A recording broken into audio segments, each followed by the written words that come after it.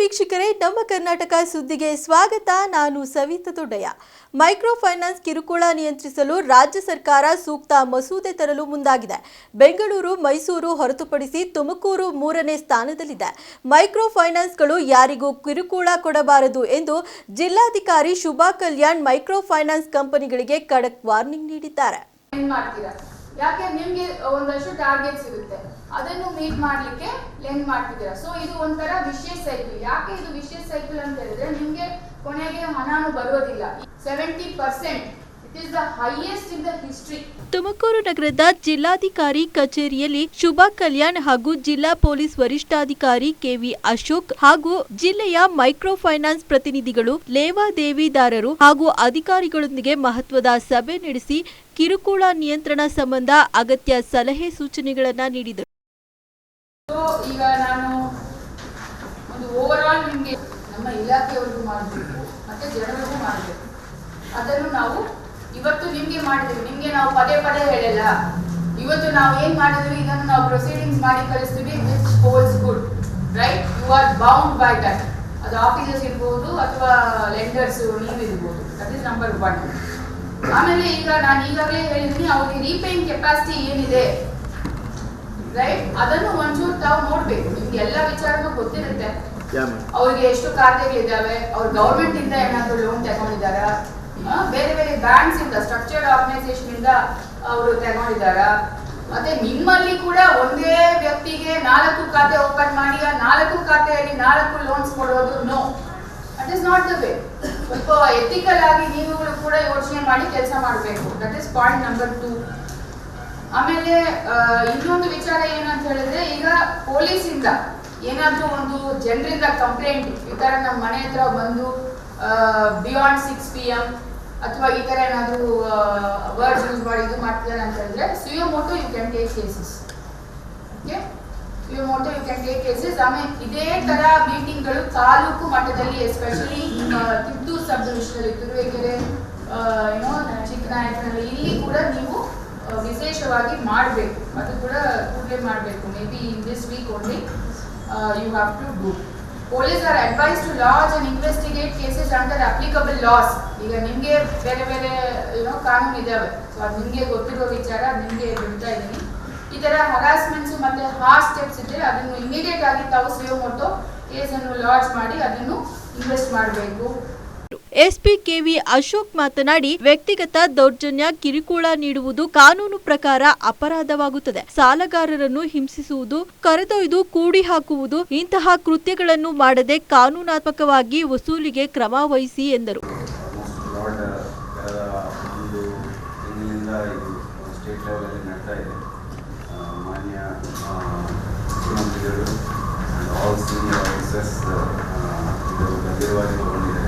ಕಾರಣ ಈ January 1st ಇಂದ ಇಲ್ಲಿ ತನಕ 8 ಜನ ಸೂಸೈಡನ್ನು ಮಾಡ್ಕೊಂಡಿದ್ದಾರೆ. ಬೇರೆ ಬೇರೆ 8 ಕೇಸಸ್ ಆ ಥರ ರಿಜಿಸ್ಟರ್ ಆಗಿದೆ. ಆ್ಯಂಡ್ ನಮ್ಮ ತುಮಕೂರಲ್ಲಿ ಕಳೆದ 1 ವರ್ಷದಲ್ಲಿ 3 ಕಡೆ ನಾವು ಈ ಸೂಸೈಡಲ್ಲಿ FIRs ಮಾಡಿದ್ವಿ. ಒಂದು ತುಮಕೂರು ಟೌನಲ್ಲೇ ಆಗಿದೆ, ಅದು ಭಾಳ ಗಂಭೀರವಾದಂಥದ್ದು. ಎಂಟೈರ್ ಫ್ಯಾಮಿಲಿ ಸೂಸೈಡ್ ಮಾಡ್ಕೊಂಡಿದ್ದಾರೆ. 3 ಜನ ಮಕ್ಕಳು ಆ್ಯಂಡ್ ಒಂದು ಸೊಸೈಟಿ ಲೋನಿಂದ ಆಗಿದೆ. ಸೊಸೈಟಿ ಲೋನಲ್ಲಿ ಪಿಯರ್ ಪ್ರೆಷರ್ ಏನಿರುತ್ತೆ, SHGಯಲ್ಲಿ ಒಬ್ಬರು ಲೆಂಡರ್ಗೆ ಇನ್ನೊಬ್ಬರು ಗ್ಯಾರಂಟಿ ಬೇಕಾಗುತ್ತೆ. ಸೊ ಅವರು ಬಂದು ಇವ್ರಿಗೆ ಅವಶ್ಯಕತೆಯಿಂದ ಬರೀತಾರೆ. ಬರೀ ಆದಮೇಲೆ ಇವರು ಎಲ್ಲರೂ ಸೇರಿ ಸೂಸೈಡ್ ಮಾಡ್ತಾರೆ. ಇನ್ನೊಂದು ಕೇಸಲ್ಲಿ ಈ ಬಜಾಜ್ ಫೈನಾನ್ಸ್ ಅವರು, ಪ್ರೈವೇಟ್ ಕಂಪ್ನೀಸ್ ಕಡೆಯಿಂದ ಯಾರಾದರೂ ಬಂದ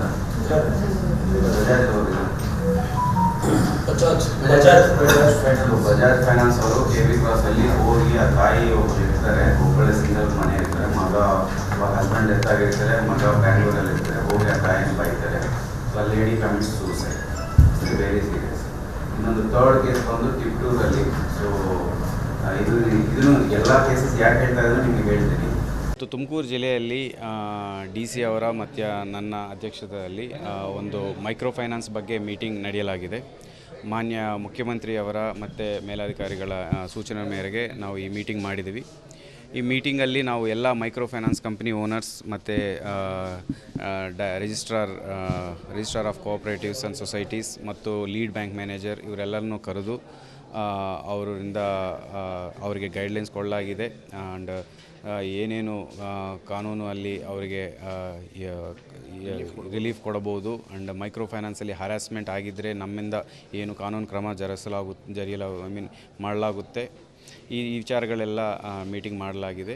ಆ್ಯಂಡ್ ಅವರಿಂದನೂ ನಾವು ಏನೇನು ಸಮಸ್ಯೆಗಳು ಬರ್ತಾ ಇದ್ದಾವೆ, ಎಲ್ಲೆಲ್ಲಿ ಏನೇನು ಮಾಡಬೇಕಾಗುತ್ತೆ ಅಂತ ವಿಚಾರಗಳು ಮತ್ತು ಅರಿವು ಮೂಡಿಸುವ ವಿಚಾರಗಳನ್ನು ಇವೆಲ್ಲ ಡಿಸ್ಕಸ್ ಮಾಡಲಾಗಿದೆ. ಆ್ಯಂಡ್ ಇದ್ರ ಸಂಬಂಧ ನಾವು ಒಂದು ಡಿಟೇಲ್ಡ್ ಗೈಡ್ಲೈನ್ಸ್ ಒಂದು ಫಾರ್ಮ್ ಮಾಡಿಕೊಂಡು ಕಾರ್ಯಾಚರಣೆ ಫಾರ್ಮ್ ಮಾಡಿಕೊಂಡು ಕಮ್ಮಿಂಗ್ ಡೇಸಲ್ಲಿ ಭಾಳ ಸೂಕ್ಷ್ಮವಾಗಿ ಗಂಭೀರವಾಗಿ ಈ ಮೈಕ್ರೋ ಫೈನಾನ್ಸ್ ಕಿರುಕುಳ ಮತ್ತು ಬೇರೆ ಇತರ ಲೆಂಡಿಂಗ್ ವಿಚಾರ ಯಾವುದಾದ್ರೂ ಆಗಲಿ, ಮೀಟರ್ ಬಡ್ಡಿ ಆಗಲಿ, ಸೊಸೈಟಿ ಲೋನ್ ಆಗಲಿ, ಇವೆಲ್ಲ ಕಿರುಕುಳ ಬರದಂಗೆ ನೋಡ್ಕೊಳ್ಳೋದು ಪ್ಲ್ಯಾನ್ ಮಾಡ್ತಾಯಿದ್ದೀವಿ. 3 lakhs ಅಂತ ಗೈಡ್ಲೈನ್ಸಲ್ಲಿದೆ.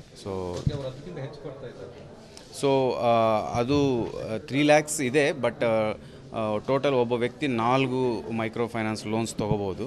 ಸೊ ಗೈಡ್ಲೈನ್ಸ್ ಪ್ರಕಾರ ಹೇಗೆ ತೊಗೋಬೋದು, ಹೆಂಗೆ ತೊಗೋಬೋದು ಅನ್ನೋದು ನಾವು ಚೆಕ್ ಮಾಡ್ತೀವಿ. ಸೊ ಅವ್ರ ಮೇಲೆ ಕ್ರಿಮಿನಲ್ ಕೇಸಸ್ ಮಾಡಲಾಗುತ್ತೆ. ಯಾರಾದರೂ ಕೆಟ್ಟ ಲ್ಯಾಂಗ್ವೇಜ್ ಬಳಸಿದ್ರೂ, ಇಲ್ಲ ಅಂದರೆ ಬೇರೆ ಈ ಥರ ಮೀನ್ಸ್ ಮಾಡಿ ಅವ್ರನ್ನ ಬೆದರಿಸೋದು ಮಾಡಿದ್ರೂ, ಯಾರಾದರೂ ಸೂಸೈಡ್ ಮಾಡ್ಕೊಂಡಿದ್ರೂ ಅವ್ರ ಮೇಲೆ ಕ್ರಿಮಿನಲ್ ಕೇಸಸ್ ಮಾಡಿ ಅವ್ರನ್ನ ಅರೆಸ್ಟ್ ಮಾಡಿ ಸುಮೋಟೋ ಕೇಸಸ್ ತೊಗೊಂಡು ಅವ್ರ ಮೇಲೆ ಶಿಸ್ತು ಕ್ರಮ ಮಾಡಲಾಗುತ್ತೆ. ಈ ಥರ ಯಾರೇ ಬಂದ್ರೂ ಅವ್ರ ಮೇಲೆ ಕ್ರಮ ತೊಗೊಳ್ಳಾಗುತ್ತೆ. ಈ ಕಲೆಕ್ಷನ್ ಏಜೆಂಟ್ಸ್ ಡೀಟೇಲ್ಸ್ ತೊಗೊಳ್ತಾ ಇದ್ದೀವಿ, ಅವ್ರನ್ನ ವೆರಿಫೈ ಮಾಡ್ತೀವಿ. ಈ ಥರ ಯಾರಾದರೂ ರೌಡಿಗಳಾಗಲಿ, ಪ್ರೈವೇಟ್ ಏಜೆಂಟ್ಸ್ ಆಗಲಿ, ಅನ್ಕ್ವಾಲಿಫೈಡ್ ಆಗಲಿ, ಈ RBI ಗೈಡ್ಲೈನ್ಸನ್ನು ಪಾಲಿಸದೆ ಕಲೆಕ್ಷನ್ ಮಾಡ್ತಾ ಇರುವಾಗಲಿ ಅವ್ರ ಮೇಲೆ ಕ್ರಮ ತಗೊಳ್ಳಲಾಗುತ್ತೆ. ಈ ವೇಳೆ ಮೈಕ್ರೋ ಫೈನಾನ್ಸ್ ಅಧಿಕಾರಿ ಈ ಬಗ್ಗೆ ಮಾತನಾಡಿ, ಸಾರ್ವಜನಿಕರು ಈ ಕಾಲದಲ್ಲಿ ಸಾಲ ಪಡೆಯುವುದು ಕಷ್ಟವಿದೆ. ಆದರೂ ಜನರಿಗೆ ಸಹಾಯವಾಗಲೆಂದು ಸಾಲ ಸೌಲಭ್ಯ ನೀಡುತ್ತಿದ್ದೇವೆ. ಅದರ ಸದ್ಬಳಕೆ ಮಾಡಿಕೊಳ್ಳಬೇಕು. 50,000ದ ಮೇಲೆ ನಾವು ಸಾಲ ಕೊಡುವುದಿಲ್ಲ. ಯಾರು ಬಡ್ಡಿ ಚಕ್ರಬಡ್ಡಿ ಕೊಡುವ ಕಂಪನಿಗಳಿಂದ ನಮ್ಮ ಮೈಕ್ರೋ ಫೈನಾನ್ಸ್ಗಳಿಗೆ ತೊಂದರೆಯಾಗುತ್ತಿದೆ ಎಂದರು. ನಮಸ್ತೆ, ನನ್ನ ಹೆಸರು ನಾಗರಾಜ್ ಅಂತ ಹೇಳ್ಬಿಟ್ಟು ನಾನು AU ಸ್ಮಾಲ್ ಫೈನಾನ್ಸ್ ಬ್ಯಾಂಕಿಂದ ಬಂದಿದ್ದೀನಿ. ಸೊ ಯೂನಿಟ್ ಮ್ಯಾನೇಜರ್ ಆಗಿ ವರ್ಕ್ ಮಾಡ್ತಾ ಇದ್ದೀನಿ. ಸೊ ನಾವು ಯಾವುದೇ ಕಸ್ಟಮರ್ಗೆ ಎಲ್ಲೂ ಕೂಡ ಫೀಲ್ಡಲ್ಲಿ ಎಲ್ಲೂ ಟಾರ್ಚರ್ ಅನ್ನೋದು ಎಲ್ಲೂ ಕೊಟ್ಟಿಲ್ಲ. ಸೊ ಅವರು ಸದ್ಬಳಕೆ ಮಾಡ್ಕೋ, ನಾವು ಕೊಟ್ಟಿರ್ತಕ್ಕಂಥ ಲೋನನ್ನು ಸದ್ಬಳಕೆ ಮಾಡ್ಕೋಬೇಕು ಅಂತ ಹೇಳ್ಬಿಟ್ಟು ಅವ್ರಿಗೆ ಲೋನನ್ನು ಕೊಡ್ತಾಯಿದ್ವಿ. ಸೊ ಬ್ಯಾಂಕಲ್ಲಿ ಯಾವ ಬ್ಯಾಂಕಲ್ಲಿ ಈಗ ಎಲ್ಲರೂ ಹೋಗಿ ಬ್ಯಾಂಕಲ್ಲಿ ಲೋನ್ ತೊಗೋಬೇಕಾದ್ರೆ ಕಷ್ಟ ಇದೆ ಈಗಿನ ಕಾಲದಲ್ಲಿ. ಸೊ ಅವ್ರಿಗೆ NOC ತೊಗೊಂಬರ್ಬೇಕು ಅಂತಂದರೆ ಒಂದೊಂದು ಇದರಲ್ಲಿ ಬ್ಯಾಂಕಲ್ಲಿ ಕೂಡ 300 ರೂಪಾಯಿ 400 ರೂಪಾಯಿ ಕೊಡಬೇಕಾಗುತ್ತೆ. ಆ ಥರ ಒಂದು ಬ್ಯಾಂಕಲ್ಲಿ ನಾವು ಲೋನ್ ಕೊಡಬೇಕಂತಂದರೆ ಸೊ ಕಸ್ಟಮರ್ ಎಲ್ಲರೂ ಕೂಡ ತೊಗೊಳಕ್ಕೆ ಈಗಿನ ಕಾಲದಲ್ಲಿ ಕಷ್ಟ ಆಗ್ತದೆ. ಸೊ ಅಂಥ ಸಮಯದಲ್ಲಿ ನಾವು ಕಸ್ಟಮರ್ಗೆ ಎಲ್ಲರಿಗೂ ಮೈಕ್ರೋ ಫೈನಾನ್ಸ್ ಅಂತ ಏನಿದೆಯೋ, ಸೊ ಅಟ್ಲೀಸ್ಟ್ ಒಂದು 40,000 50,000 ಲೋನನ್ನು ಕೊಟ್ಟರೆ ಅವ್ರಿಗೆ ಏನಾದರೂ ದಿನಕೂಲಿಯನ್ನು ಸಂಪಾದನೆ ಮಾಡೋ ಏನೋ ಒಂದು ಉದ್ದೇಶಕ್ಕೋಸ್ಕರ ಸದ್ಬಳಕೆ ಮಾಡ್ಕೋಬೇಕು ಅನ್ನೋ ಉದ್ದೇಶಕ್ಕೋಸ್ಕರ ನಾವು ಕೊಡ್ತಕ್ಕಂಥದ್ದು. ಸೊ ಅವ್ರಿಗೆ ನಾವು ತೊಂದರೆ ಮಾಡಬೇಕು ಅಂತ ಯಾವತ್ತೂ ನಾವು ಕೊಡ್ತಾಯಿಲ್ಲ. ಸೊ ಏನಾದರೂ ಅಕಸ್ಮಾತಾಗಿ ಏನು ಮನೇಲಿ ಸುಮ್ಮನೆ ಕೂತಿರ್ತಾರೆ, ಮನೇಲಿ ಒಂದು 10 ಜನ ಇರ್ತಾರೆ, ಒಂದು 5 ಜನ ಈಗ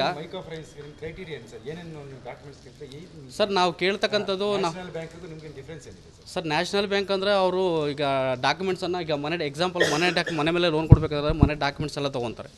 ಸೊ ನಾವು ಕಸ್ಟಮರ್ ಹತ್ರ ಯಾವುದೇ ಕಾರಣಕ್ಕಾಗಿ ಮೈಕ್ರೋ ಫೈನಾನ್ಸ್ ಅವರು ಯಾವುದೇ ಡಾಕ್ಯುಮೆಂಟ್ಸನ್ನು ತೊಗೊಳ್ಳಲ್ಲ. ಸೊ ಒಂದು ಆಧಾರ್ ಕಾರ್ಡ್ ತೊಗೋತೀವಿ, ಆಧಾರ್ ಕಾರ್ಡ್ ಮೇಲೆ ಅವ್ರು ಸಿಬಿಲ್ ಚೆಕ್ ಮಾಡ್ತೀವಿ, ಸಿಬಿಲಲ್ಲಿ ಕ್ರೆಡಿಟ್ ಲಿಮಿಟ್ ಅನ್ನೋದು ಒಂದು 2 ಲಕ್ಷ ಅನ್ನೋದು ಲಿಮಿಟ್ ಇದೆ. ಆ ಲಿಮಿಟ್ ದಾಟಿ ನಾವು ಮುಂದೆ ಯಾವುದೇ ಕಾರಣಕ್ಕೂ ಲೋನ್ ಕೊಡೋಂಗಿಲ್ಲ.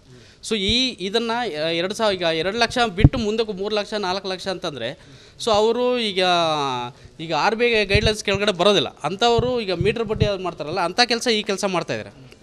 ಸೊ ಅವರಿಂದ ನಮಗೆ ಎಲ್ಲರಿಗೂ ತೊಂದರೆ ಬರ್ತಾ ಇರೋದು. ಸೊ ಮೈಕ್ರೋ ಫೈನಾನ್ಸ್ ಅವರು ಪ್ರತಿಯೊಬ್ಬರು ಕೂಡ ಅಟ್ಲೀಸ್ಟ್ ಒಂದು ಈಗ ಎಕ್ಸಾಂಪಲ್ 3-4 ಜನ ಮನೇಲಿ ಇರ್ತಾರೆ, ಒಬ್ಬರು ದುಡಿತಾರೆ, ಎಲ್ಲರೂ ಸಾಕಬೇಕು ಅಂದರೆ ಕಷ್ಟ ಆಗುತ್ತೆ. ಸೊ ಅಂಥ ಸಮಯದಲ್ಲಿ ಮನೇಲಿ ಇರ್ತಕ್ಕಂಥ ಒಂದು ಹೆಂಗಸು ಅವ್ರಿಗೆ ಒಂದು 40,000 50,000 ಕೊಟ್ಟರೆ ಏನಾದರೂ ಹೂ ಮಾರ್ತಕ್ಕಂಥದ್ದು, ಇಲ್ಲ ತರಕಾರಿ ವ್ಯಾಪಾರ ಮಾಡ್ತಕ್ಕಂಥದ್ದು, ಇಲ್ಲಾಂದ್ರೆ ಹಾಲು ಬಿಸ್ನೆಸ್ ಮಾಡ್ತಕ್ಕಂಥದ್ದು, ಏನೋ ಒಂದು ಬಿಸ್ನೆಸ್ ಮಾಡ್ಕೊಂಡು ಅವ್ರ ಜೀವನ ಸಾಗಿಸ್ಬೇಕು ಅನ್ನೋ ಒಂದು ಉದ್ದೇಶಕ್ಕೋಸ್ಕರನೇ ನಾವೆಲ್ಲರೂ ಕೂಡ ಲೋನ್ ಅವ್ರು ಸಹಾಯ ಮಾಡ್ತಾರೆ. RBI ಇನ್ಸ್ಟ್ರಕ್ಷನ್ ಕೊಟ್ಟಿದ್ದಾರೆ ಸರ್, ಅಂಡರ್ RBIನೂ ವರ್ಕ್ ಮಾಡಬೇಕು, ಯಾವುದೇ ಕಾರಣಕ್ಕೆ ಇಲ್ಲಿಗಲ್ ಆಕ್ಟಿವಿಟಿ ಮಾಡಬಾರ್ದು. ಸೊ ರಿಕವರಿ ಹೋಗ್ಬೇಕಾದ್ರೆ ನಾವು ವಿತ್ ಫಾರ್ಮರ್ಸ್ ಹೋಗಬೇಕು ಸರ್, ನಾವು ಯಾವುದೇ ಕಾರಣಕ್ಕೂ ಹರಾಸ್ಮೆಂಟು ಆ ಥರ ನಡೆಸಬಾರ್ದು. ಸೊ ಮೆಂಬರ್ಗೆ ನಾವು ರೆಸ್ಪೆಕ್ಟ್ ಕೊಡಬೇಕು, ಬ್ಯಾಡ್ ವರ್ಡು ಯೂಸ್ ಮಾಡಬಾರ್ದು. ಸೊ ನಮ್ಮ ಕಾನೂನುಬದ್ಧವಾಗಿ ಏನು ನಾವು ಕೆಲಸ ಮಾಡಬೇಕು, ಸೊ ಅದನ್ನು ಅವೇರ್ನೆಸ್ ಮೀಟಿಂಗಲ್ಲಿ ಹೇಳಿದ್ದಾರೆ ಈಗ. ಸೊ ನಮಗೆಲ್ಲ ಭಾಳ ಹೆಲ್ಪ್ ಆಯಿತು ಅದ್ರ ಕಡೆಯಿಂದ. ಸೊ ಇನ್ನೊಂದು ಕೆಲವೊಂದು ವಿತೌಟ್ ಸಿಬಿಲ್ ಚೆಕ್ಕು ಲೋನ್ ಕೊಡ್ತಾ ಇದ್ದಾರೆ ಕೆಲವೊಂದು. ಸೊ ಅಂಥವ್ರಿಗೆ ಸ್ಟ್ರಿಕ್ಟ್ ಆಕ್ಷನ್ ತೊಗೊಳ್ತೀವಿ ಅಂತ ಅವರು ಆಶ್ವಾಸನೆ ಕೊಟ್ಟಿದ್ದಾರೆ. ಸೊ ನಮ್ಮ ಕಡೆಯಿಂದ ಯಾವುದೇ ರೀತಿ ಗ್ರಾಹಕರಿಗೆ ತೊಂದರೆ ಆಗೋಲ್ಲ. ಸೊ ತಗೊಂಡಂಥ ಸಾಲದ ಸದ್ಬಳಕೆ ಮಾಡ್ಕೋಬೇಕು ಗ್ರಾಹಕರು. ಸೊ ದುರ್ಬಳಕೆ ಮಾಡ್ಕೊಂಡವ್ರಿಗೆ ಇದು ಜಾಸ್ತಿ ಪ್ರಾಬ್ಲಮ್ ಆಗ್ತಾರೆ ಅಂತ ಇದು ಸರ್. ಯಾವುದೇ ಕಾರಣಕ್ಕೂ ಮಾಡಿಲ್ಲ ಸರ್. ಯಾರು ಆ ಥರ ಮಾಡ್ತಾಯಿದ್ದಾರೆ ಅಂದರೆ ಯಾರ ಕೈಲಿ ರೀಪೇಮೆಂಟ್ ಮಾಡೋವಂಥ ಕೆಪಾಸಿಟಿ ಇಲ್ಲ.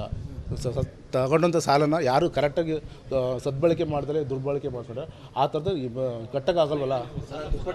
ಓಕೆ,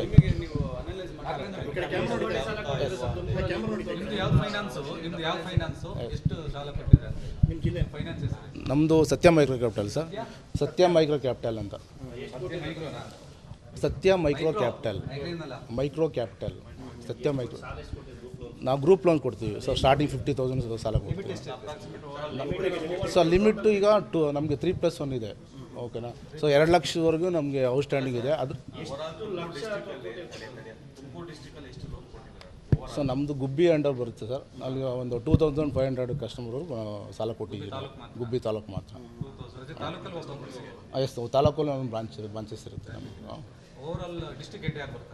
ಡಿಸ್ಟಿಕ್ ಹೆಡ್ ಬರ್ತಾರೆ ಸರ್ ನಮಗೆ. ಬಂದಿದ್ದಾರೆ ಮೀಟಿಂಗ್ ಬಂದಿದ್ದಾರೆ ಅವರು. ಸೊ ಒಂದು 6 crore ಕೊಟ್ಟಿದ್ದೀವಿ ನಾವು. 6 to 7 crore ಸಾಲ ಕೊಟ್ಟಿದ್ದೀವಿ. ಸಭೆಯಲ್ಲಿ ಸಹಕಾರ ಉಪನಿಬಂಧಕರಾದ ಮೂರ್ತಿ, ಉಪವಿಭಾಗಾಧಿಕಾರಿ, ತಹಶೀಲ್ದಾರ್ಗಳು, ಪೊಲೀಸ್ ಅಧಿಕಾರಿಗಳು ಹಾಜರಿದ್ದರು. ತುಮಕೂರು ಜಿಲ್ಲೆಯಲ್ಲಿ ಹೆಚ್ಚಾದ ಮೈಕ್ರೋ ಫೈನಾನ್ಸ್ ಕಂಪನಿಗಳ ಕಿರುಕುಳ. ಫೈನಾನ್ಸ್ ಕಂಪನಿ ಬೆದರಿಕೆಗೆ ಹೆದರಿ ಮಹಿಳೆಯೊಬ್ಬರು 34 BP ಮಾತ್ರೆ ನುಂಗಿ ಆತ್ಮಹತ್ಯೆಗೆ ಯತ್ನಿಸಿರುವ ಘಟನೆ ಕೊರಟಗೆರೆ ತಾಲೂಕಿನಲ್ಲಿ ನಡೆದಿದೆ.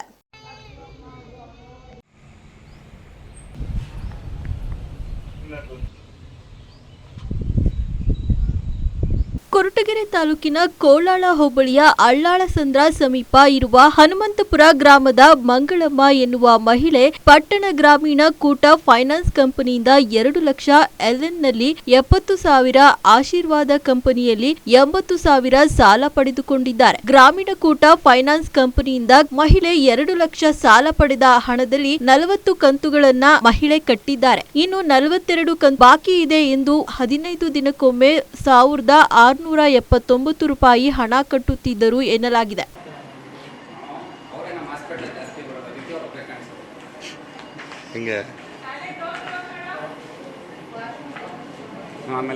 ಮಹಿಳಾ ಸಂಘದಲ್ಲಿ ಒಟ್ಟು 3 ಮಹಿಳೆಯರು ಸಾಲದ ಹಣವನ್ನ ಪಡೆದು ಕಟ್ಟುತ್ತಿದ್ದರು ಎಂದು ತಿಳಿದು ಬಂದಿದೆ. ಕಂಪನಿಯವರು ಹಣವನ್ನ ಕಟ್ಟಲೇಬೇಕು ಎಂದು ಒತ್ತಡ ಹಾಕಿದ್ದು ಬುಧವಾರ ಕಂತು ಕಟ್ಟಬೇಕಾಗಿತ್ತು. ಫೈನಾನ್ಸ್ ಕಂಪನಿಯವರು ಮನೆ ಮುಂದೆ ಗಲಾಟೆ ಮಾಡಿ ಕಿರುಕುಳ ನೀಡಿದ ಹಿನ್ನೆಲೆ ಮಹಿಳೆ 30 BP ಮಾತ್ರೆ ನುಂಗಿ ಆತ್ಮಹತ್ಯೆಗೆ ಯತ್ನಿಸಿದ್ದಾರೆ. ನಂತರ ತುಮಕೂರು ಜಿಲ್ಲಾಸ್ಪತ್ರೆಯಲ್ಲಿ ಚಿಕಿತ್ಸೆ ಪಡೆಯುತ್ತಿದ್ದಾರೆ ಎನ್ನಲಾಗಿದೆ. ಸರ್, ನನ್ನ ಹೆಸರು ನರಸಿಂಹಮೂರ್ತಿ ಅಂತ ಹೇಳ್ಬಿಟ್ಟು ನಾನು ಇಲ್ಲಿ ಬ್ರಾಂಚ್ ಮ್ಯಾನೇಜರ್ ಆಗಿ ಕೆಲಸ ಮಾಡ್ತಾಯಿದ್ದೀನಿ. ಮಂಗಳಮ್ಮನವರು 2 ಲಕ್ಷ ಲೋನ್ ತಗೊಂಡಿದ್ದಾರೆ.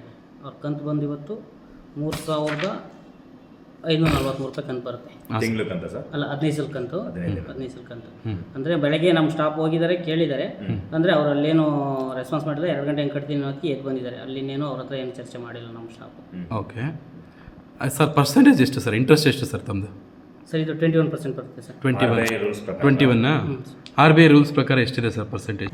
ಯಾವ್ಯಾವ ಥರ ಇಂಟ್ರೆಸ್ಟು, ಯಾವ ಥರ ಲೋನ್ ಇದೆ ಸರ್ ನಿಮ್ಮಲ್ಲಿ? ಸರ್, ಇದು 21% ಬರುತ್ತೆ ಸರ್. 18ರಿಂದ 21%ವರೆಗೂ ಇಂಟ್ರೆಸ್ಟ್ ಬರುತ್ತೆ. ಒಂದೊಂದು ಸಾಲಕ್ಕೆ ಒಂದೊಂದು ಥರ ಇರುತ್ತೆ ಸರ್. ದೊಡ್ಡ ಸಾಲಕ್ಕೆ ಒಂಥರ ಇರುತ್ತೆ. ಯಾವ್ಯಾವ ಸಾಲ ಕೊಡ್ತೀರಾ ಸರ್ ತಮ್ಮಲ್ಲಿ? ಪ್ರಗತಿ ಸಾಲ ಅಂತ ಕೊಡ್ತೀವಿ, ಪ್ರಗತಿ ಮಧ್ಯಂತರ ಅಂತ ಕೊಡ್ತೀವಿ, ಮತ್ತು ಸ್ಯಾನಿಟೇಷನ್ ಲೋನು, ಮತ್ತು ಮನೆ ರಿಪೇರಿ ಸಾಲ ಕೊಡ್ತೀವಿ, ವಾಟರ್ ಲೋನ್ ಕೊಡ್ತೀವಿ, ಫೆಸ್ಟಿವಲ್ ಲೋನ್ ಕೊಡ್ತೀವಿ, ಮೆಡಿಕಲ್ ಲೋನ್ ಕೊಡ್ತೀವಿ. ಸೊ 18%ಇಂದ 21%ವರೆಗೂ ಇಂಟ್ರೆಸ್ಟ್ ಇದೆ. ಸೊ RBI ರೂಲ್ಸ್ ಪ್ರಕಾರ ಎಷ್ಟಿದೆ ಸರ್ ಇಂಟ್ರೆಸ್ಟ್? ನನಗಲ್ಲಿ ಸ್ಥಳೀಯರು ಹೇಳ್ತಿರೋದು. ಇಲ್ಲ ಸರ್, ನಾನು ಇವತ್ತು ಅಲ್ಲಿ ಹೋಗೇ ಇಲ್ಲ. ನಾನು ಇವತ್ತು ಬೇರೆ ಕಡೆಗೆ ಹೋಗಿದ್ದು, ಮತ್ತು ಆಫೀಸಲ್ಲಿ ಸ್ಟೇ ಆಗಿರೋದು. ನಾನು ಬೇರೆ ಕಡೆ ಇವತ್ತು ಕಲೆಕ್ಷನ್ಗೆ ಹೋಗಿಲ್ಲ. ನೀವು ಅಲ್ಲಿ ಸ್ಪಾಟ್ಗೆ ಹೋಗಿದ್ದೀರಾ ಅಂತ ಸ್ಥಳೀಯರೇ ಹೇಳ್ತಿದ್ದಾರೆ, ನೀವೇ ಬಂದಿದ್ದು ಅಂತ? ಇಲ್ಲ ಸರ್, ಹೋಗಿಲ್ಲ ಇವತ್ತು. ಅಂದರೆ ನಮ್ಮ ಸ್ಟಾಫ್ ನನಗೆ ಕಾಲ್ ಮಾಡಿಕೊಟ್ರು. ಸ್ಟಾಫ್ ಕಾಲ್ ಮಾಡಿಕೊಟ್ಟಾದ್ಮೇಲೆ ಏನು ಅಲ್ಲಿ ಪ್ರಾಬ್ಲಮ್ ಕೇಳೋದಕ್ಕೆ ಈ ಥರ ಆಯ್ತು ಅಂತಂದ್ರು. ಸರಿ, 2 ಗಂಟೆ ಹಂಗೆ ಕಲೆಕ್ಷನ್ ಮಾಡ್ಕೊಂಡಾಗುತ್ತೆ, 2 ಗಂಟೆಗೆ ಕೊಡ್ತೀನಿ ಅನ್ನೋದಕ್ಕೆ ನೀವು ಮಾತಾಡಿದ್ರ ಸರ್? ಚೆಕ್ ಹಾಕ್ತೀವಿ ಅಥವಾ ಇದು ಮಾಡ್ತೀವಿ ಅಂತ ಹೇಳಿದ್ರೆ? ಇವತ್ತು ಮಂಗಳಮ್ಮನ ಕಸ್ಟಮರ್ ನಮ್ಮ ಕೈಲಿ ಮಾತಾಡೇ ಇಲ್ಲ. ಎಷ್ಟು ಕಂತು ಡ್ಯೂ ಇತ್ತು ಸರ್ ಅವ್ರದ್ದು? ಸರ್, ಇವತ್ತು ಒಂದು ಕಂತು ಅಷ್ಟೇ. ಎಷ್ಟು ಸರ್ ಅಮೌಂಟ್ ಒಂದು ಕಂತಿಂದ? 3,543. ಎಷ್ಟು ತಗೊಂಡ್ರದು ಸರ್ ಸಾಲ ಅವರು? 2 ಲಕ್ಷ. ಇದುವರೆಗೂ ಎಷ್ಟು ಕಟ್ಟಿದ್ದಾರೆ ಸರ್? ಸರ್, ಇನ್ನು ಬ್ಯಾಲೆನ್ಸ್ ಬಂದು 1,41,683 ರೂಪಾಯಿ ಇದೆ ಸರ್ ಅವ್ರದ್ದು. ಟೋಟಲ್ ಅದಕ್ಕೆ ಬಡ್ಡಿ ಸೇರಿ ಎಷ್ಟಾಗುತ್ತೆ ಸರ್ 2 ಲಕ್ಷ ಲೋನ್ ತಗೊಂಡ್ರದಕ್ಕೆ ನಿಮ್ಮದು? ಒಂದು ಕಂತು ಕಟ್ಟಿಲ್ಲ ಅಂದರೆ ಅವ್ರಿಗೆ ಕನ್ಸೆಕ್ಷನ್ ಇದೆಯಾ ಅಥವಾ ನೆಕ್ಸ್ಟ್ ಮಂತ್ ಕಟ್ಟೋದಕ್ಕೆ ಅವಕಾಶ ಇದೆಯಾ? ನಾವು ಅವ್ರ ಹತ್ರ ಅಲ್ಲ, ಅವಕಾಶ ಇದೆಯಾ? ಹೌದು, ಅವಕಾಶ ಇದೆ. ಟೈಮ್ ಕೊಟ್ಬಿಟ್ಟೆ ಬಂದಿರೋದು. ಯಾವಾಗ? ಮಧ್ಯಾಹ್ನ 2 ಗಂಟೆವರೆಗೂ. ಮಧ್ಯಾಹ್ನ 2 ನಾನು ಮಧ್ಯಾಹ್ನ 2 ಗಂಟೆ ಹೇಳಿಲ್ಲ. ಈ ಮಂತ್ ಕಟ್ಟಿಲ್ಲ ಅಂದರೆ ನೆಕ್ಸ್ಟ್ ಮಂತ್ವರೆಗೂ ಕಟ್ಟಕ್ಕೆ ಅವಕಾಶ ಇದೆಯಾ ಅವ್ರಿಗೆ ಅಂತ ಕೇಳ್ತೀನಿ. ಇದೆಯಾ? ಮತ್ತೆ 2 ಗಂಟೆಗೆ ಕಟ್ಟಲೇಬೇಕು ಅಂತ ಯಾಕೆ 2 ಪ್ರೆಸರ್ ಗಂಟೆ ಹಾಕಿದ್ರೆ? ಕಟ್ಟಲೇಬೇಕು ಅಂತ ಹೇಳಿದೆ. 2 ಗಂಟೆ ಕಟ್ತೀನಿ ಅನ್ನೋದಕ್ಕೆ 2 ಗಂಟೆಗೆ ಕಟ್ಟಿ ಅಂತ ಹೇಳಿರೋದು. ಅವ್ರನ್ನ ನಾವು 2 ಗಂಟೆ ನೀವು ಫೋರ್ಸ್ ಮಾಡಿ ಸರ್, ನಾನು ಇಲ್ಲಿ ಗ್ರಾಮೀಣ ಕೂಟ ಸಂಸ್ಥೆಯಲ್ಲಿ 18 ವರ್ಷದಿಂದ ಕೆಲಸ ಮಾಡ್ತಾ ಇದ್ದೀನಿ. ಡಿವಿಷನ್ ಮ್ಯಾನೇಜರ್ ಆಗಿ ತುಮಕೂರು ಡಿವಿಷನಲ್ಲಿ ಒಂದು 26 ಬ್ರಾಂಚ್ನ ನೋಡ್ಕೊತಾ ಇದ್ದೀನಿ. ಇದು ನಮ್ಮ ಬೆಳಗ್ಗೆ ಅದು ಹನುಮಾಪುರ ಹನುಮಂತಚಂದ್ರ ಅಂತೇಳಿ ಮಂಗಳಮ್ಮ ಅನ್ನೋರು ಮೀಟಿಂಗ್ ಮಾತ್ರ ಬಂದಿರೋದು ಸರ್. ಅಂದರೆ ಅವರು ಮತ್ತು ಇನ್ನಿಬ್ಬರು ಲೋನ್ ಏನೋ ತೊಗೊಂಡಿದ್ದಾರಂತೆ. ತೇಜಸ್ವಿನಿ ಮತ್ತು ದಿವ್ಯಶ್ರೀ ಅನ್ನೋದು ಅವ್ರದ್ದು ಸಾಲನ್ನು ಕೂಡ ಇವರೇ ತೊಗೊಂಡಿದ್ರಂತೆ. 3 ಜನದ್ದು ಈ ಮಂಗಳಮ್ಮನೇ ಕಟ್ತಿದ್ರಂತೆ ವಾರ. ಇವತ್ತು ಮೀಟಿಂಗ್ ಹತ್ರ ಬಂದಾಗ ಅವರು ಇವತ್ತಿನವರೆಗೂ 100% ಪೇಮೆಂಟ್ ಇದೆ ಸರ್. ಅಂದರೆ 15 ದಿನಕ್ಕೊಮ್ಮೆ ಕಂತು ಕಟ್ಟೋದು. 3 ಜನದ್ದು ಕೂಡ ಯಾರ್ದು ಓಡಿಲ್ಲ. ಒಂದು ಕಂತನ್ನು ನಿಲ್ಲಿಸ್ಕೊಳ್ದೇ ವಾರ ಕಟ್ಕೊಂಡಿದ್ದಾರೆ. ಹೋದವಾರ ಮಾತ್ರ 2 ಕಂತನ್ನು 2 ದಿನ ಲೇಟಾಗಿ ಕಟ್ತೀನಿ ಅಂದ್ರಂತೆ. ನಮ್ಮವ್ರು ಆಯ್ತು ಪರ್ಮಿಷನ್ ಕೊಟ್ಟಿದ್ದಾರೆ. 2 ದಿನ ಲೇಟಾಗಿ ಅಮೌಂಟ್ ಪೇ ಮಾಡಿದ್ದಾರೆ. ಅದೇ ಥರ ಇವತ್ತು ಬೆಳಿಗ್ಗೆ ಮೀಟಿಂಗ್ ಹೋದಾಗಲೂ 2 ಗಂಟೆಗೆ ಕಟ್ತೀನಿ ಸರ್, ನಮ್ಮ ಯಜಮಾನ್ರಿಗೆ ನಾವು ಹುಷಾರಿಲ್ಲ, ಹಾಸ್ಪಿಟ್ಲಿಗೆ ಹೋಗ್ತಾಯಿದ್ವಿ, 2 ಗಂಟೆ ಮೇಲೆ ಬಂದು ಕಟ್ತೀನಿ ಅಂತ ಹೇಳಿದ್ರಂತೆ. ನಮ್ಮ ಸ್ಟಾಫ್ ಆಯಿತು 2 ಗಂಟೆ ಕಟ್ಟಿ ಅಮ್ಮ ಅಂದ್ಬಿಟ್ಟು ವಾಪಸ್ ಬೇರೆ ಕಡೆ ಹೋಗಿದ್ದಾರೆ ಸರ್. ಅದು ಈಗ ಅದೇ ನೀವು ಹೇಳಿದ್ಮೇಲೆ ಅದು ಗೊತ್ತಾಯ್ತು ಸರ್, ಅದನ್ನು ಸೂಸೈಡ್ ಅಟೆಂಡ್ ಮಾಡಿದ್ದಾರೆ ಅಂತ. ಆ್ಯಕ್ಚುಲಿ ನಾವು ಟೈಮ್ ಕೊಟ್ಟಿದ್ವಿ ಸರ್ ಅವ್ರಿಗೆ. ಅಟ್ಲೀಸ್ಟ್ ಇನ್ನೂ ಕಟ್ಟೋಕ್ಕಾಗಲ್ಲ, ಇನ್ನೂ ಒಂದು 2 ತಿಂಗಳು 3 ತಿಂಗಳು ಟೈಮ್ ಬೇಕು ಅಂದಿದ್ರು ನಾವು ಕೊಡ್ತಿದ್ವಿ ಸರ್. ಆ ಥರ ಏನಿಲ್ಲ. ಅಟ್ಲೀಸ್ಟ್ ನಮ್ಮನ್ನ ಬಂದು ಕೇಳ್ಕೊಂಡಿದ್ರು ಅಥವಾ ಆಫೀಸ್ ಹತ್ರ ಬಂದು ಇದರ ನಮಗೆ ಟೈಮ್ ಬೇಕು ಅಂದರೆ ನಾವು ನಿಜವಾಗ್ಲೂ ಟೈಮ್ ಕೊಡ್ತಿದ್ವಿ ಸರ್. ಬಟ್ ಅದು ಯಾಕೆ ಅಷ್ಟು ಹತ್ರ ದುಡ್ಡು ಅಂತ ಗೊತ್ತಾಗ್ತಿಲ್ಲ ಸರ್. ಒಂದ್ಸಲ ಇದನ್ನ ವಿಚಾರಣೆ ಮಾಡ್ತೀವಿ ಸರ್. ತಮ್ಮ ಸಂಸ್ಥೆಯಿಂದ ಮಾಡಿದ್ರು ಸರ್, ಅವ್ರ ಕಷ್ಟಕ್ಕೆ ಸ್ಪಂದಿಸಂತ ಕೆಲಸ ಮಾಡಿದ್ರು. ಈಗ ವಿಚಾರ ಗೊತ್ತಾದ ತಕ್ಷಣ ಅಲ್ಲಿ ನಮ್ಮ ಸ್ಟಾಫ್ ಕೇಳಿದ್ವಿ ಸರ್. ಹೋಗಿದ್ದೀರಾ? ತುಮಕೂರಿಗೆ ಹೋಗಿದ್ವಿ ಸರ್. ಯಾವ ಹಾಸ್ಪಿಟಲ್ ಇದ್ದಾರೆ? ಅದೇ ಗೌರ್ಮೆಂಟ್ ಹಾಸ್ಪಿಟ್ಲ್ ಅಂತ ಹೇಳ್ತೀವಿ, ಕಳಿಸಿದ್ವಿ ಸರ್. ಆ್ಯಕ್ಚುಲಿ ಸರ್ ಒಬ್ಬ ಲೇಡಿ ಸ್ಟಾಫ್ ಹೋಗಿದ್ದು ಸರ್ ಕೆಲಸಕ್ಕೆ. ಅವರು ಕೇಳಿದ್ದಾರೆ ಕಂತು 3 ಜನದ ಕಂತು ಕಟ್ಟಿರೋಣ ಕಟ್ಟಿ ಅಂತ ಕೇಳಿದ್ದಾರೆ. ಅವರು ಟೈಮ್ ಕೇಳೋರು 2 ಗಂಟೆ ಅಂತ ಕೇಳೋರಂತ ಅಷ್ಟೇ ಅಂತ. ಇವರು ಒಂದು 2 ವಾರ 3 ವಾರ ಬೇಕು ಅಂದಿದ್ರು ನಾವು ಟೈಮ್ ಕೊಡ್ತಿದ್ವಿ. ಇವರು ಏನೋ ಬರೀ 2 ಗಂಟೆ ಮೇಲೆ ಕಟ್ತೀನಿ ಅಂತ ಹೇಳಿದ್ರಂತೆ. ಆಯ್ತು ಕಟ್ಟಿ ಅಮ್ಮ ಅಂದ್ಬಿಟ್ಟು ಬಂದಿದ್ದಾರೆ ಸರ್ ಅಷ್ಟೇ. ಸರ್ ಅವ್ರು ಮಾತಾಡಿಲ್ಲ, ನಿಮ್ಮ ಮ್ಯಾನೇಜರ್ ಇನ್ನೊಬ್ಬರು ಮಾತಾಡಿದ್ದಾರೆ ಅಂತ ಅವ್ರು ಹೇಳ್ತಿರೋದು ಸರ್. ಅಲ್ಲಿ ಇಲ್ಲ, ಮ್ಯಾನೇಜರ್ ಹೋಗಿಲ್ಲ ಸರ್, ಬರೀ ಸ್ಟಾಫ್ ಅಷ್ಟೇ ಹೋಗಿಲ್ಲ ಸರ್. ಇಲ್ಲ ಸರ್, ಫೋನಲ್ಲಿ ಮಾತಾಡಿದ್ದಾರೆ. ಫೋನಲ್ಲಿ ಅಂದರೆ ಇವ್ರು ನಮ್ಮ ಸ್ಟಾಫು ಮ್ಯಾನೇಜರ್ ಫೋನ್ ಮಾಡಿರಂತೆ ಸರ್. ಈ ಥರ ಕಂತು ಬಂದಿಲ್ಲ, 2 ಗಂಟೆ ಕಟ್ತೀವಿ ಅಂತ ಹೇಳ್ತಿದ್ದಾರೆ ಅಂತ. ಆಯಿತು ಬೇರೆ ಮೀಟಿಂಗ್ ಹೋಗಿ ಅಮ್ಮ ನೀವು ಅಂತ ಹೇಳಿದ್ದಾರೆ. ಅವರು ಅಂದರೆ ಅವ್ರು ಕೇಳ್ಕೊಂಡು ಮುಂದಕ್ಕೆ ಮೂವ್ ಆಗಿದ್ದಾರೆ ಸರ್. ಅವ್ರು ಬೇರೆ ಮೀಟಿಂಗ್ ಹೋಗಿದ್ದಾರೆ. ಮಾಡಿಲ್ಲ ಸರ್. ನಮ್ಮಲ್ಲಿ ನಾವು ಈಗ ಉದಾಹರಣೆಗೆ ಕೊರಟಗೆರೆ ಭಾಗದಲ್ಲೇ ಸುಮಾರು ಒಂದು 400ಕ್ಕಿಂತ ಜಾಸ್ತಿ ಕಟ್ಟಕ್ಕಾಗಲ್ಲ ಅನ್ನೋರಿಗೆ ಟೈಮ್. ರಾಜ್ಯದಲ್ಲಿ ಫೈನಾನ್ಸ್ ಕಂಪನಿಗಳ ಕಿರುಕುಳ ಪ್ರಕರಣ ಹೆಚ್ಚಾಗಿದ್ದು, ಫೈನಾನ್ಸ್ ಕಂಪನಿಗಳ ಹಾವಳಿಯಿಂದ ಜನರು ಊರನ್ನೇ ಬಿಟ್ಟು ಗುಳೆ ಹೋಗುತ್ತಿದ್ದಾರೆ. ಇಂತಹದೇ ಒಂದು ಪ್ರಕರಣ ಕೊರಟಗೆರೆ ತಾಲೂಕಿನಲ್ಲೂ ಇಂದು ವರದಿಯಾಗಿದೆ.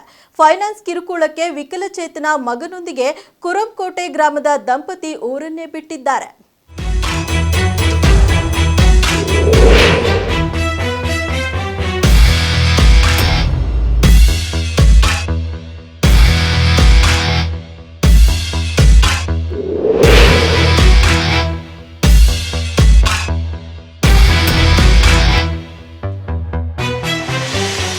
ರಾಜ್ಯದ ಮುಖ್ಯಮಂತ್ರಿಗಳ ಮಾತಿಗೆ ಕಿಮ್ಮತ್ತು ಕೊಡದ ಫೈನಾನ್ಸ್ ಕಂಪನಿಗಳು ಗೃಹ ಸಚಿವರ ಕ್ಷೇತ್ರದಲ್ಲಿ ಫೈನಾನ್ಸ್ ಕಿರುಕುಳ ಪ್ರಕರಣಗಳು ಪತ್ತೆಯಾಗಿದೆ. ಕೊರಟಗೆರೆ ತಾಲೂಕಿನ ಸಿಎನ್ ದುರ್ಗ ಹೋಬಳಿಯ ಕುರಂಕೋಟೆ ಗ್ರಾಮದ ವಿನುತಾ ಮಾರುತಿ ದಂಪತಿ 5 ಸ್ಟಾರ್ ಫೈನಾನ್ಸ್ ಕಂಪನಿಯಲ್ಲಿ 2,50,000 ಹಣವನ್ನ ಸಾಲ ಪಡೆದಿದ್ದರು. ಕಂಪನಿಗೆ ನಂತರ 4,70,000 ರೂಪಾಯಿಗಳು ಹಿಂತಿರುಗಿಸಿದರೂ ಇನ್ನೂ ಸಾಲ ಬಾಕಿ ಇದೆ ಎಂದು ಕಿರುಕುಳ ನೀಡುತ್ತಿದ್ದಾರೆ ಎಂದು ಆರೋಪಿಸಿದ್ದಾರೆ. ಉಳಿಕೆ ಹಣ ನೀಡದಿದ್ದರೆ ಮನೆಯವರ ಮಾನ ಹರಾಜು ಹಾಕುತ್ತೇವೆ ಎಂದು ಬೆದರಿಸಿ ಮನೆಯ ಗೋಡೆ ಬಾಗಿಲ ಮೇಲೆ ಈ ಸ್ವತ್ತು 5 ಸ್ಟಾರ್ ಕಂಪನಿಗೆ ಸೇರಿದೆ ಎಂದು ಬರೆದಿದ್ದಾರೆ.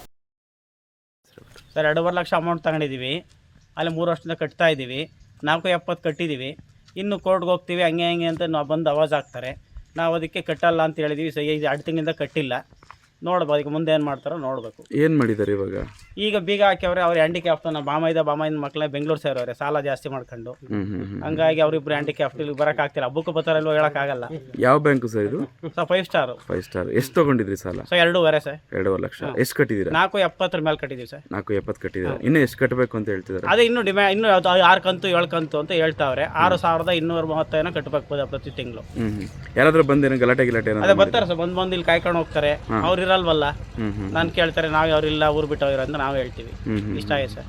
ಏನಕ್ಕೋಸ್ಕರ ಸಾಲ ಮಾಡಿದ್ರು ಸರ್ ಏನಾದರೂ? ಸರ್ ಮನೆಗೆ ಪ್ರಾಬ್ಲಮ್ ಇರ್ತವೆ, ಏನಕ್ಕೆ ಅಂತ ಗೊತ್ತಿಲ್ಲ. ನಮ್ಮ ಮಕ್ಕಳಿಗೂ ಹುಷಾರಿರಲಿಲ್ಲ, ಅವಾಗ ಮಾಡ್ಯಾರ ಸರ್. ಇಬ್ಬರು ಮಕ್ಕಳು ಹ್ಯಾಂಡಿಕ್ಯಾಪ್ಟು? ಇಬ್ಬರು ಹೆಣ್ಮಕ್ಳು ಈಗ ಪೂರ್ತಿ ಎಲ್ಲಿ ಸೇರಿದ್ದಾರೆ ಸರ್? ಸರ್ ಬೆಂಗಳೂರು ಸೇರಿದ್ದಾರೆ. ಬೆಂಗಳೂರಿಗೆ ಹೋಗ್ಬಿಟ್ಟು? ಬೆಂಗಳೂರಿಗೆ ಹೋಗ್ತಾರೆ. ಬ್ಯಾಂಕ್ ಅವ್ರು ಮತ್ತೆ ಫೋನ್ ಮಾಡ್ತಾರೆ ಏನಾದರೂ? ಫೋನ್ ಈ ತಿಂಗಳಿಂದ ಇಲ್ಲ ಸರ್. ಮುಂಚೆಯಿಂದ ಫೋನ್ ಮಾಡೋದು, ಬಂದು ಕಾಯೋದು, ಅವರು ನಮಗೂ ಫೋನ್ ಮಾಡೋದು, ಅಂದ್ರೆ ಬಾಮೈದಿಗೂ ಫೋನ್ ಮಾಡೋರು ಇಷ್ಟ ಆಗಿದೆ ಸರ್. ಈ ಥರ ಇದೇ ಥರ ಏನಾದರೂ ಇದೆಯಾ? ಇನ್ನೂ ಏನಾದರೂ ಊರಲ್ಲಿ ಈ ಥರ ಇದ್ದಾರಾ ಸರ್? ಇಲ್ಲ ಸದ್ಯಕ್ಕೆ ನನಗೆ ಗೊತ್ತಿರೋದು ಒಂದೇ ಸರ್. ಒಂದೇ ಸೀಸ್ ಮಾಡಿ ಅವರೇ ಬೀಗ ಹಾಕೋಗಿರೋದು? ಇಲ್ಲ, ಬೀಗ ಅವ್ರು ಹಾಕಿರೋದು ಗೊತ್ತಿಲ್ಲ ಸರ್, ಬರ್ದಿರೋದು ಅವರೇನೆ, ಬ್ಯಾಂಕ್ ಅವರು ಬರ್ದಿರೋದು. ಫೈನಾನ್ಸ್ ಕಂಪನಿಗಳ ಕಿರುಕುಳಕ್ಕೆ ಹೆದರಿದ ದಂಪತಿ ತಮ್ಮ ವಿಕಲಚೇತನ ಮಕ್ಕಳನ್ನ ಕರೆದುಕೊಂಡು ಊರು ಬಿಟ್ಟು ಹೋಗಿದ್ದಾರೆ ಎಂದು ತಿಳಿದು ಬಂದಿದೆ. ಫೈನಾನ್ಸ್ ಸಿಬ್ಬಂದಿ ಮನೆ ಬಳಿ ಬಂದು ಅವಾಚ್ಯ ಶಬ್ದಗಳೊಂದಿಗೆ ಬೆದರಿಕೆ ಹಾಕಿ ಗೋಡೆ ಮೇಲೆ ಈ ಸ್ವತ್ತು ಕಂಪನಿಗೆ ಸೇರಿದ್ದು ಎಂದು ಬರೆದಿರುವುದಕ್ಕೆ ಸಾರ್ವಜನಿಕರು ಫೈನಾನ್ಸ್ ಕಂಪನಿ ವಿರುದ್ಧ ಆಕ್ರೋಶ ವ್ಯಕ್ತಪಡಿಸಿದ್ದಾರೆ.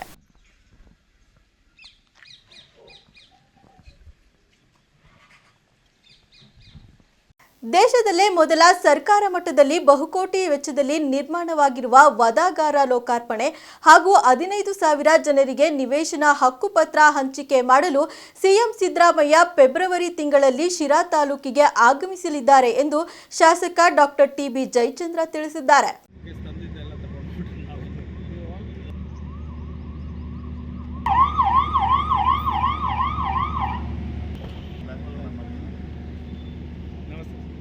ಶಿರಾ ತಾಲೂಕಿನ ಕುರಿ ಮತ್ತು ಮೇಕೆ ಮಾಂಸ ಶಿರಾ ಮೀಟ್ ಎಂದೇ ಬ್ರಾಂಡ್ ಆಗುವತ್ತ ದಿಟ್ಟ ಹೆಜ್ಜೆ ಇಡುತ್ತಿದೆ. ಶಿರಾ ತಾಲೂಕು ಕುರಿ ಹಾಗೂ ಮೇಕೆ ಸಾಗಾಣಿಕಾ ಕ್ಷೇತ್ರ ಹಾಗೂ ಬಹುದೊಡ್ಡ ಮಾರಾಟ ಉದ್ಯಮದ ಮಾರುಕಟ್ಟೆ ಕ್ಷೇತ್ರ ಸೃಷ್ಟಿಯಾಗಲಿದ್ದು ಇತಿಹಾಸ ನಿರ್ಮಿಸುವತ್ತ ಸಾಗುತ್ತಿದೆ. ಎಲ್ಲ ಇಲ್ಲಿದೆ. Effluent treatment plant including the blood, every wastage ಇಲ್ಲಿ ಟ್ರೀಟ್ ಆಗುತ್ತೆ within the campus and it will come out as clear water which we will use for all this agri and all this stuff in the campus ke use agtade. So there is, we are comply 100% with the pollution norms. ಇದು machines ಇದೆಯಲ್ಲ, it's all imported machines, ಬೇರೆ ಬೇರೆ ದೇಶದಿಂದ ತಂದು ಇದೆಲ್ಲ ಮಾಡ್ತಿರ್ತಕ್ಕಂಥದ್ದು.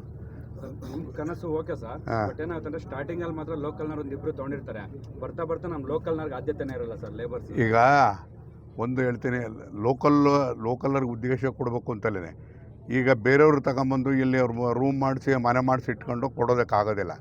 ಲೋಕಲ್ಲೂ train ಮಾಡ್ತಾರೆ, train ಮಾಡೋ type ಅವರು ತಯಾರಾಗಬೇಕು. ಅದನ್ನು ಕಂಪ್ಲೀಟ್ ಟ್ರೈನಿಂಗ್ ಇನ್ಸ್ಟಿಟ್ಯೂಟ್ ಆಗಿಬಿಡುತ್ತೆ ಇದು ಬುಚರಿಗೆ. ಲೋಕಲ್ ಹುಡುಗರು ಬಂದು ನಾವಿಲ್ಲಿ ಪಬ್ಲಿಸೈಸ್ ಮಾಡಿಬಿಡ್ತೀವಿ. ಇಲ್ಲಿ ಇದೆ butchery is very lucrative business for young people. ಈ skill set is very lucrative business. ಏನಂದರೆ ನಮ್ಮ ಹುಡುಗರೇ ಹೋಗಲ್ಲ, ಜಾಸ್ತಿ ಜನ ಅದಕ್ಕೆ ಹೋಗಲ್ಲ. ಪ್ಲಂಬರ್ ಆಗ್ತಾರೆ, ಕಾರ್ಪೆಂಟರ್ ಆಗ್ಬೋದು, ಬಟ್ ಬುಚರಿಗೆ ಬರೋಲ್ಲ. ಸೊ ಅದಕ್ಕೆ ನಾವು ಪ್ರಮೋಟ್ ಮಾಡ್ತೀವಿ and we will teach them how to do business out of this also. ಇಲ್ಲಿ ಎಂಪ್ಲಾಯ್ಮೆಂಟ್ ಇರುತ್ತೆ, ಬೇರೆ ಕಡೆನೂ ಎಂಪ್ಲಾಯ್ ಆಗ್ಬೋದು. ನಾವು ಕೊಡೋ ಸರ್ಟಿಫಿಕೇಟು ಅದು ಯೂಸ್ ಮಾಡಿ ಬೇರೆ ಕಡೆ ಎಂಪ್ಲಾಯ್ಮೆಂಟು ಸಿಗುತ್ತೆ, ಇಲ್ಲಿನೂ ಸಿಗುತ್ತೆ.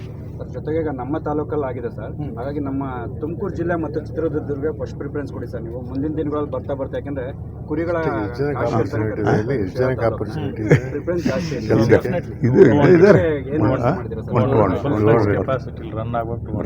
ರೈತರುಗಳು ಬಂದ್ರೆ ಈಗ ತಗೊಂಡ್ಬರ್ತಾರೆ, ಅವ್ರಿಗೆ ವ್ಯವಸ್ಥೆ ಏನಿದೆ? ಅಲ್ಲಿ ಮಂಡಿ ಇದೆ ಸರ್, ಸ್ಟಾರ್ಟಿಂಗ್ ಅಲ್ಲೇ ಅವ್ರಿಗೆ ಮಾಡಿಟ್ಬಿಟ್ಟಿದ್ದೀವಿ ವ್ಯವಸ್ಥೆ. ಅವರು if they want to stay there is no ವ್ಯವಸ್ಥೆ.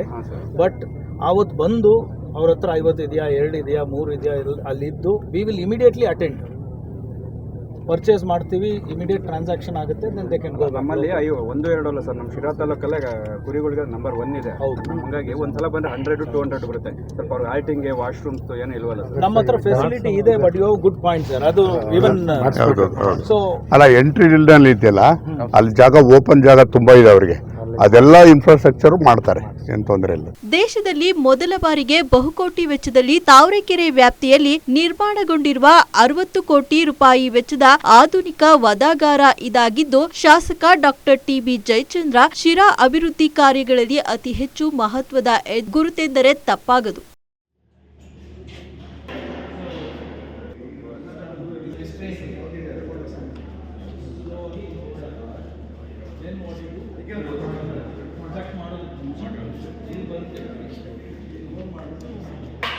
ಇಲ್ಲ, ಅದು ನೋಡೋಕ್ಕೋಸ್ಕರನೇ ಬಂದೆ ಇವತ್ತು.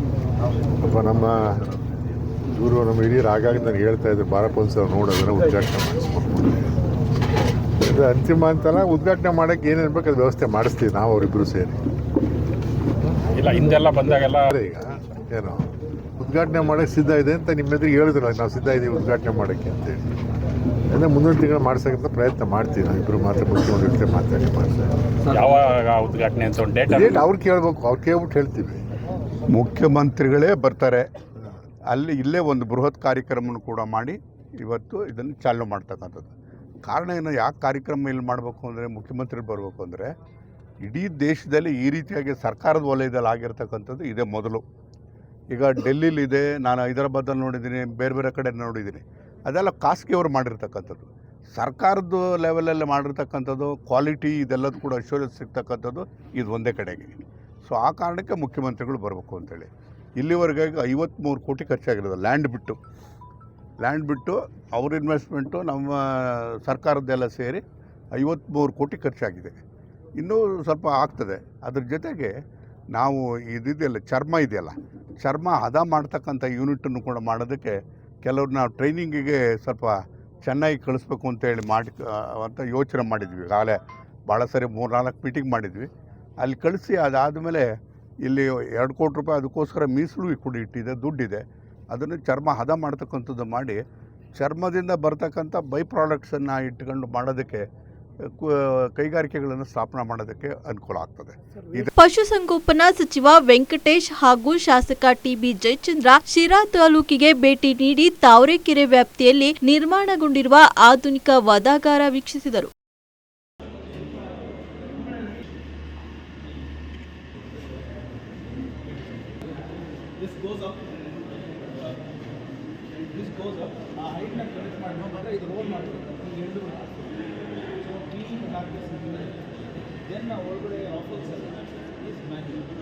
ಈ ಸಂದರ್ಭದಲ್ಲಿ ನಗರಸಭೆ ಅಧ್ಯಕ್ಷ ಜಿಶಾನ್ ಮೊಹಮ್ಮದ್, ರಾಜ್ಯ ಕಾಂಗ್ರೆಸ್ ಅಲ್ಪಸಂಖ್ಯಾತ ಘಟಕದ ಉಪಾಧ್ಯಕ್ಷ ಅಬ್ದುಲ್ ಖಾನ್, ನಗರಸಭೆ ಸದಸ್ಯ ಅಜಯ್ ಕುಮಾರ್, ಡಾಕ್ಟರ್ ನಾಗರಾಜ್, ಡಾಕ್ಟರ್ ನಾಗೇಶ್, ಮುಖಂಡರಾದ ಬಲರಾಮ್ ಮತ್ತಿತರರು ಉಪಸ್ಥಿತರಿದ್ದರು.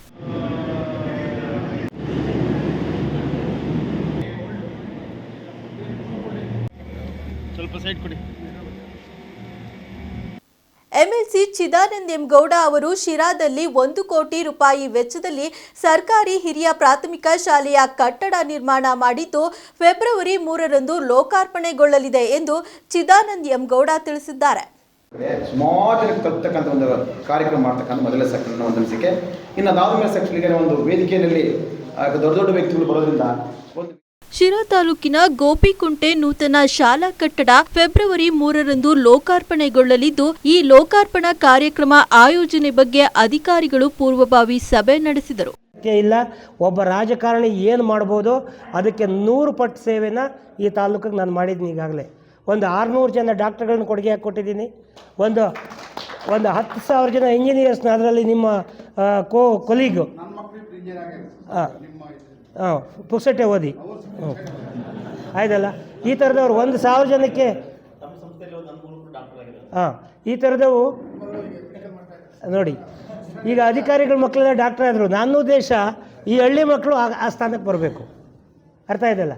ಆ ಕಾರಣಕ್ಕಾಗಿ ನಿಮ್ಮ ಕೊಲೀಗು ಮಂಜು ಪ್ರಸಾದ್, ಆತ ಕೂಡ ಪ್ರೆಸಿಡೆನ್ಸಿ ಸ್ಟೂಡೆಂಟು. ಈಗ ನಿಮ್ಮಲ್ಲಿ ಒಬ್ಬ ಆಗಿದ್ದಾನೆ. ಈಗ ಈಸ್ AEE ಅಲ್ಲ, AEE ಆಯ್ತಲ್ಲ. ಇದು ಶಿಕ್ಷಣಕ್ಕಿರುವಂಥ ಮಹತ್ವ. ಹಾಗಾಗಿ ನಾವು ಇದಕ್ಕೆ ಹೆಚ್ಚು ನಮ್ಮ ಪಾಪ ನಮ್ಮ ಹಳ್ಳಿ ಜನಕ್ಕೆ ಇನ್ನೂ ಅದಷ್ಟು ಅರಿವು ಆಗಿಲ್ಲ. ಒಂದು ಸ್ವಲ್ಪ ಗೊತ್ತಿರೋರು ಏನು ಮಾಡ್ತಾರೆ, ಯಾವುದೋ ಹೊರಗಡೆ ಖಾಸಗಿ ಶಾಲೆಗಳಿಗೆ ಸೇರಿಸಿ ವಿದ್ಯಾಭ್ಯಾಸ ಕೊಡಿಸ್ತಾರೆ. ಹಾಗಾಗಿ ಇದು ಆಗಲೇಬೇಕು. ನಾನಂತೂ ಶತಾಯಗತಾಯ, ಇದು ಜನರ ಹಣ. ನಿಮಗೆ ಲೆಕ್ಕ ಹೇಳ್ತೀನಿ. ಇಲ್ಲಿವರೆಗೆ ನನಗೆ ಬಂದಿರೋದು, ಈ ವರ್ಷದ್ದು ಬಂದರೆ 8 ಕೋಟಿ ಮಾತ್ರ. ವರ್ಷಕ್ಕೆ 2 ಕೋಟಿ ನನಗೆ ಅನುದಾನ. ನಿಮ್ಮ MLA ಅವರಿಗೆ ಜಾಸ್ತಿ ಕೊಡ್ತಾರೆ. 100 ಕೋಟಿ ಬರ್ಬೋದು, 150 ಕೋಟಿ ಬರ್ಬೋದು. ಅವ್ರವ್ರ ಶಕ್ತಿ ಅನುಸಾರ ಬೇರೆ ಬೇರೆ ಇಲಾಖೆಗಳಿಂದ ಅವ್ರಿಗೆ ಹಣ ಬರುತ್ತೆ. ನನಗೆ MLA ಲ್ಯಾಂಡ್ ಬಿಟ್ಟರೆ ಏನು ಆ ಫಂಡ್ ಇರುತ್ತೆ ಅದು ಬಿಟ್ಟರೆ. ಆದರೆ ನಾನು ಇಲ್ಲಿವರೆಗೆ ಕಟ್ಸಿರೋ ಲೆಕ್ಕ ಹೇಳ್ತೇನೆ. ಶಿರಾದಲ್ಲಿ 5 ಕೋಟಿ, ಗೋಪಿಕುಂಟೆನಲ್ಲಿ 2 ಕೋಟಿ, 7 ಕೋಟಿ ಆಯಿತು. ಇಲ್ಲಿ 1 ಕೋಟಿ, 8 ಕೋಟಿ ಆಯಿತು. ಬರಗೂರಿನಲ್ಲಿ 2 ಕೋಟಿ ಆಯ್ತಲ್ಲ. ಶಿರಾ 5, ಇದೆರಡು 7, ಇದೊಂದು 8.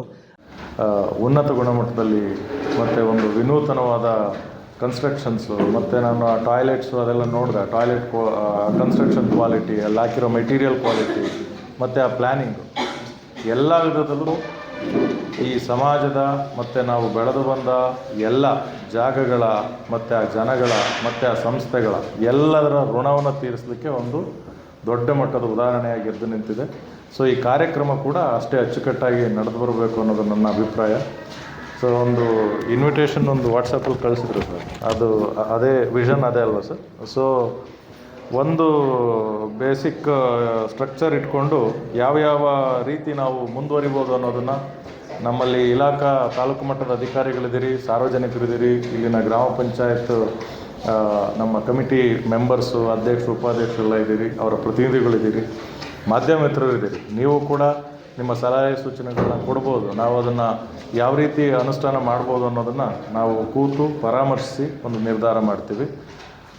ಸೊ ಎಲ್ಲರೂ ಸೇರಿ ಈ ಏನು ಉತ್ತಮವಾಗಿ ನಿರ್ಮಾಣ ಆಗಿರೋಂಥ ಒಂದು ಶಾಲೆನ ಅಷ್ಟೇ ವಿನೂತನವಾದ ಒಂದು ಕಾರ್ಯಕ್ರಮದೊಂದಿಗೆ ಲೋಕಾರ್ಪಣೆ ಮಾಡಿದ್ರೆ ಇದು 10 ಜನ ಮಾತಾಡುವಂಗೆ ಆಗ್ತದೆ. 10 ಜನ ಮಾತಾಡೋಂಗಾದಾಗ ಅದನ್ನು ಸ್ಫೂರ್ತಿ ಪಡೆದು, ಈಗ ಹಣ ಇರೋರಿಗೆ ಕಡಿಮೆ ಇಲ್ಲ, ಇವತ್ತಿನ ದಿನಮಾನದಲ್ಲಿ ಹಣ ಇರೋರಿಗೆ ಕಡಿಮೆ ಇಲ್ಲ, ಆದರೆ ಉದಾಹರಣೆಗಳಿಗೆ ಕಡಿಮೆ ಇದೆ. ಉದಾಹರಣೆಗಳು ಅಂದರೆ ನಾವು ಅದನ್ನು ಏನು ಮಾಡಬೇಕು ಅಂತ ಅವ್ರ ಸುತ್ತಮುತ್ತ ನೋಡಿ ಅವ್ರಿಗೆ ಗೊತ್ತಿಲ್ಲದೆ ಬೇರೆ ಬೇರೆ ಏನೇನಕ್ಕೋ ಕಳೀತಾ ಇರ್ತಾರೆ. ತಮ್ಮಲ್ಲಿ ಯಾವ್ಯಾವುದೋ ರೀತಿ ಒಂದು ವ್ಯವಹಾರ, ಬಿಸ್ನೆಸ್, ಇನ್ನೊಂದು ಮತ್ತೊಂದು ಯಾವುದೋ ರೀತಿ ಅವರು ಹಣ ಸಂಪಾದನೆ ಮಾಡಿಬಿಡ್ತಾರೆ. ಬಟ್ ಅದನ್ನು ಖರ್ಚು ಮಾಡೋದು ಹೆಂಗೆ ಅಂತ ಗೊತ್ತಿರಲ್ಲ. ಅಂಥವ್ರಿಗೆಲ್ಲ ಇಷ್ಟು ಕನ್ಸ್ಟ್ರಕ್ಟಿವ್ ಆದಂಥ ಆಲೋಚನೆಗಳಿಗೆ, ಇಷ್ಟು ಕನ್ಸ್ಟ್ರಕ್ಟಿವ್ ಆದಂಥ ಕೆಲಸಗಳಿಗೆ ನಾವು ದುಡ್ಡನ್ನು ಖರ್ಚು ಮಾಡ್ಬೋದು ಅನ್ನೋ ಒಂದು ಎಕ್ಸಾಂಪಲ್ ಇದು ಸೆಟ್ ಮಾಡಿದ್ರೆ 10 ಜನ 10 ಕಡೆ ಇಂಥವ್ರು ನಮ್ಮ ಸರ್ಕಾರಿ ಶಾಲೆಗಳು ಇವತ್ತು ಗೋಪಿಕುಂಟೆ ಮತ್ತು ನಮ್ಮ ಟೌನಲ್ಲಿ ಒಂದು ಕಟ್ಟಿಸಿದ್ದಾರೆ ಹಿಂದೆ. ಸೊ ಆ ಥರ ಅಲ್ಲಲ್ಲಲ್ಲಲ್ಲ ಶಾಲೆಗಳು ಈ ಥರ ಹೈಟೆಕ್ ಸ್ಪರ್ಶ ಪಡ್ಕೊಳ್ಳೋಕೆ ಶುರುವಾದರೆ ನಾವು ಅಲ್ಲಿ ಓದೋ ಮಕ್ಕಳು ಮತ್ತು ಅಲ್ಲಿನ ಎಜುಕೇಷನ್ ಕ್ವಾಲಿಟಿ ಎಲ್ಲವೂ ಬದಲಾಗ್ತಾ ಹೋಗ್ತದೆ.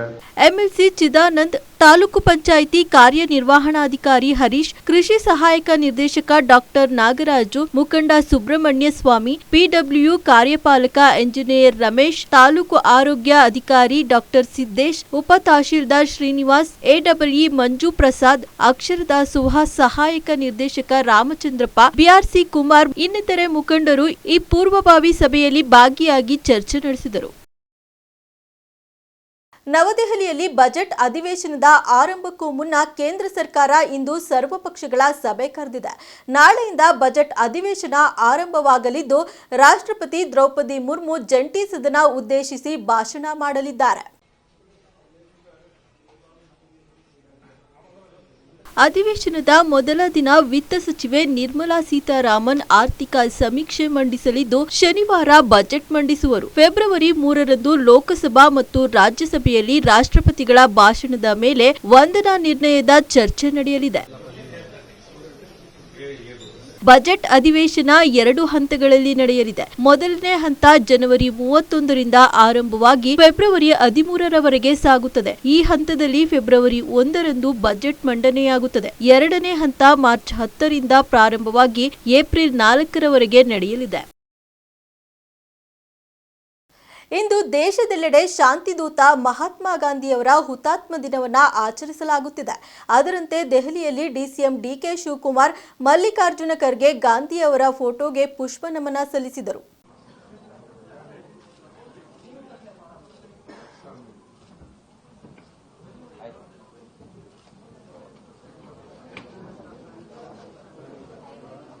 ಡಿಕೆ ಶಿವಕುಮಾರ್ ಮಾತನಾಡಿ, ಮಹಾತ್ಮ ಗಾಂಧೀಜಿಯವರು ಕೇವಲ ನಮ್ಮ ದೇಶಕ್ಕೆ ಮಾತ್ರ ಸೀಮಿತರಲ್ಲ, ಇಡೀ ವಿಶ್ವಕ್ಕೆ ಅವರು ಮಾದರಿ. ಮಹಾತ್ಮ ಗಾಂಧೀಜಿಯವರು ಒಬ್ಬ ಶಾಂತಿದೂತ.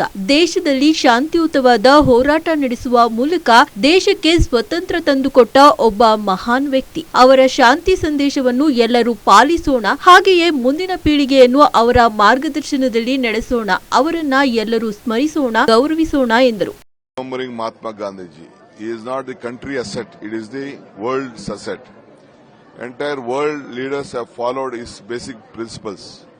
I don't want to tell their names, but all of them are following that through ahimsa only you can gain anything. With love you can gain anything. So that is what the message is that. So he is the father of our nation. Let us salute him, let us follow him, let us take it forward for the younger generation. You have already started this one, sir, the Jai Bhim, Jai Samvidhan. Yes, I want this program to be for the entire year, so I am taking up. I am putting it across to my party high command on this. In Karnataka, we are going to do it. Is government going to take decision related Of- to the microfinance, sir? That I think we are taking up in the cabinet. Sir, are there any plans to hike the water price?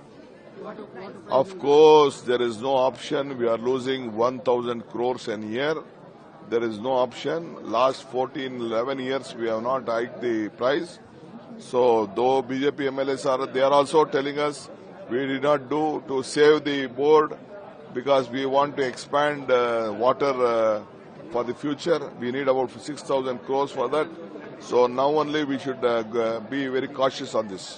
AICC ಅಧ್ಯಕ್ಷ ಮಲ್ಲಿಕಾರ್ಜುನ ಖರ್ಗೆ ಮಾತನಾಡಿ, ಈ ದೇಶಕ್ಕಾಗಿ ತಮ್ಮ ಜೀವನ ಪೂರ್ತಿ ಬದುಕಿದ ಒಬ್ಬ ಮಹಾನ್ ವ್ಯಕ್ತಿ ಮಹಾತ್ಮ ಗಾಂಧಿ. ಅವರು ಯಾವತ್ತೂ ಕೂಡ ಅಧಿಕಾರಕ್ಕಾಗಿ ಹೋರಾಡಿದವರಲ್ಲ. ಅಂತಹ ಮಹಾತ್ಮ ವ್ಯಕ್ತಿ ನಮ್ಮ ದೇಶದಲ್ಲಿ ಹುಟ್ಟಿರುವುದು ಹಾಗೆ ಇಡೀ ವಿಶ್ವವೇ ಅವರನ್ನ ಗೌರವಿಸುವುದು ನಮ್ಮಗಳ ಹೆಮ್ಮೆ ಎಂದರು. देश के लिए आजादी दिलाए, अपना जीवन पूरा